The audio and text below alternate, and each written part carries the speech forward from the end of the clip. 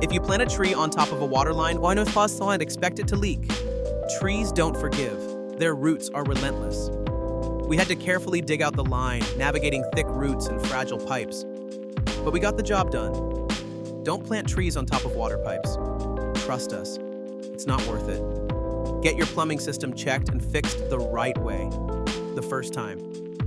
Need professional help? Call us anytime. Your trusted plumbing team is just a phone call away.